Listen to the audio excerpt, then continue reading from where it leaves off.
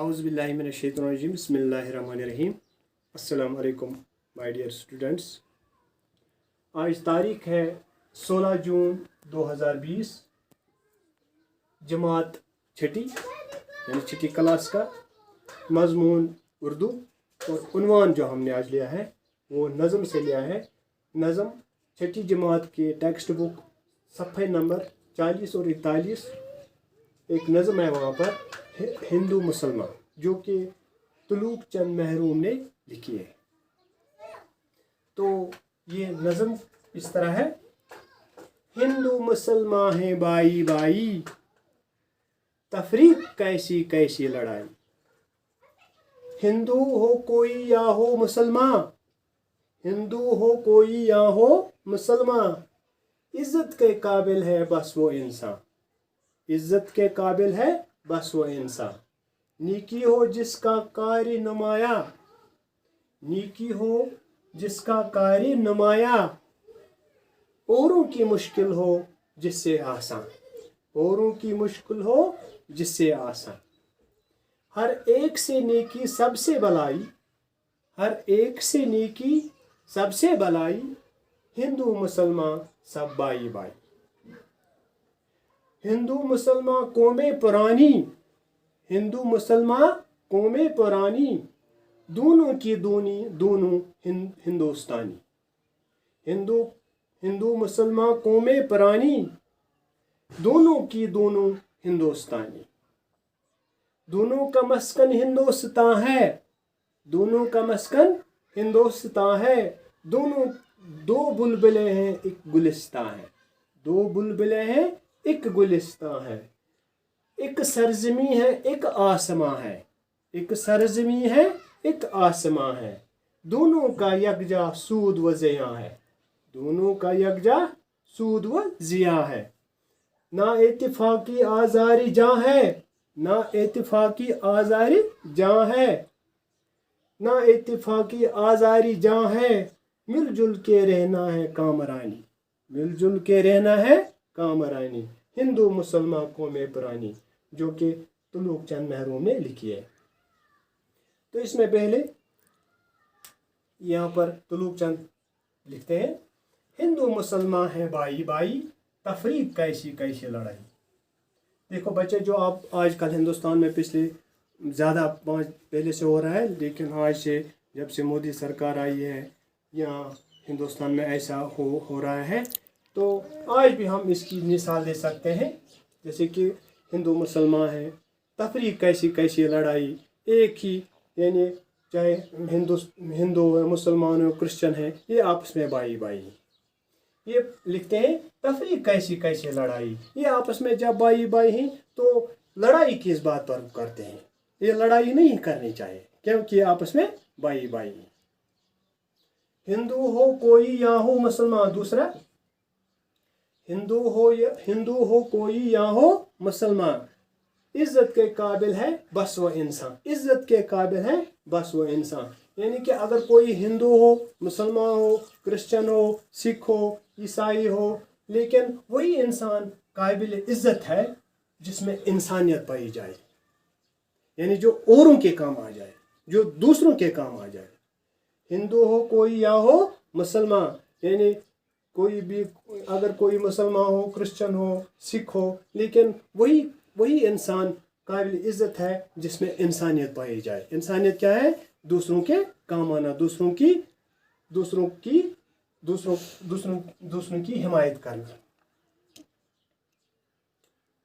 औरों की मुश्किल हो जिससे आसान, नेकी हो जिसका कारी नुमाया, नेकी हो जिसका कारी नुमाया, औरों की मुश्किल हो जिससे आसान।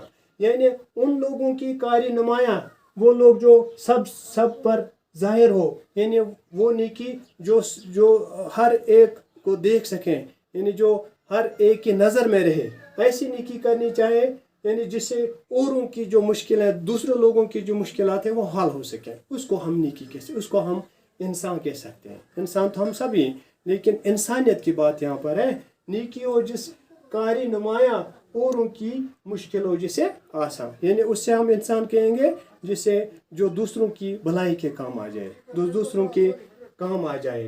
उस यानी कि जिसका कार्य नुमाया, जिसके यानी जिसको जो दूसरों के लिए काम करे, दूसरों के काम आए,